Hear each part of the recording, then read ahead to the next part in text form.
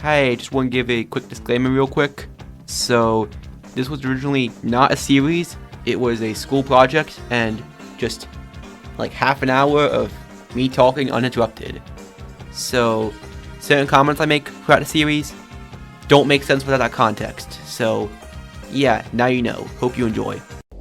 Archie is a comic series that started in the 40s and gained massive popularity post-World War II, retaining that popularity into the 50s and 60s until eventually losing relevance starting in the 70s amidst the aforementioned rapid changes in the industry. While the series remained somewhat popular, it was nowhere close to the heights of previous decades.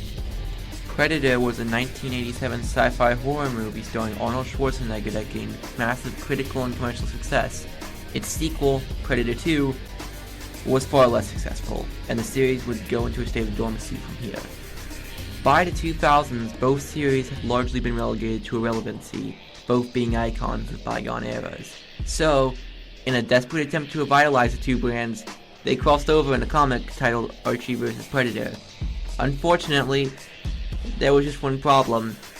As you've probably picked up from my description of both these series, they have nothing in common! Archie vs. Predator is a 4-issue series, so it has more time to tell its story than some of the other crossovers I've talked about. The first half of issue 1 is a very lighthearted story that you would expect from Archie. I'm going to be honest, I have never read Archie. I tried picking crossovers where I had a lot of knowledge on both series, but this one was just too stupid to pass up, and I know some people who know some stuff about Archie, so then halfway through there's a noticeable, extremely jarring tonal shift, despite the Predator not really having a major impact on this issue. I should mention there was also a backup story crossing over Sabrina the Teenage Witch and Hellboy. It's not important to the story of Archie vs. Predator, but that backup being there really took me by surprise, since in my research into this series, I had not read anywhere that this was included. So yeah, that's neat, I think.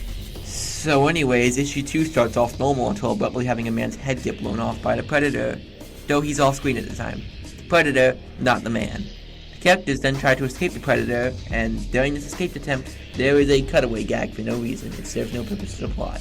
The story keeps going, more living beings get killed in a very gory fashion, including the cat. The tone shifts back to silliness as Betty and Veronica determine that the Predator is a ninja, and they need to figure out some sort of anti-ninja plan to survive. This scene takes place moments after they watch a woman get killed.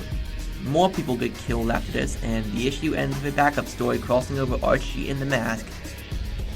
What in God's name? Issue 3 starts off pretty lighthearted for a while until Archie finds Jughead beheaded. Cut that. Don't read this one. Do not. It is here where I realized that despite all the carnage in the series, none of the Archie characters have been allowed to swear once, which was made clear to me when Archie's reaction to seeing his friend be murdered is, "You stupid monster." I'm starting to realize that this series is fully aware of its own stupidity and is actually great. Every weird, jarring choice made is very much intentional, because how do you do this concept with any level of sincerity? The issue ends with a fight between a giant mechanized Archie and the Predator, before Archie and Dylan? I've never heard of that one. Are killed, leaving Betty and Veronica as the sole survivors. The fourth issue continues its utter lunacy as Archie is revived and is buffed now. Predator speaks in emojis, and Archie's mind gets put into Predator's body, making a weird Archie-Predator hybrid. As I mentioned before, I think this series is very intentionally trying to be stupid, and I have already talked multiple times now about how I think that is the right decision for most crossovers. So yeah, I love this series. It is great. This is what I want from crossovers. So yeah, good comic. Thank you for listening. It is time for the credits. Crazy Crossovers was made by me, Graham Grady, and I want to give a special thank you to Mr. Hedgepeth and Lemony Wood. Mr. Hedgepeth is the teacher who was teaching the class I initially made this for, and he is in charge of Eagle Production Studios.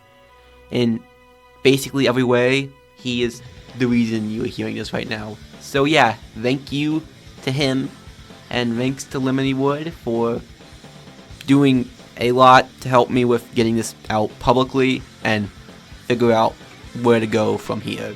So yeah, I appreciate them both a lot. So yeah, thanks to them, and thanks to you for listening. I will see you later.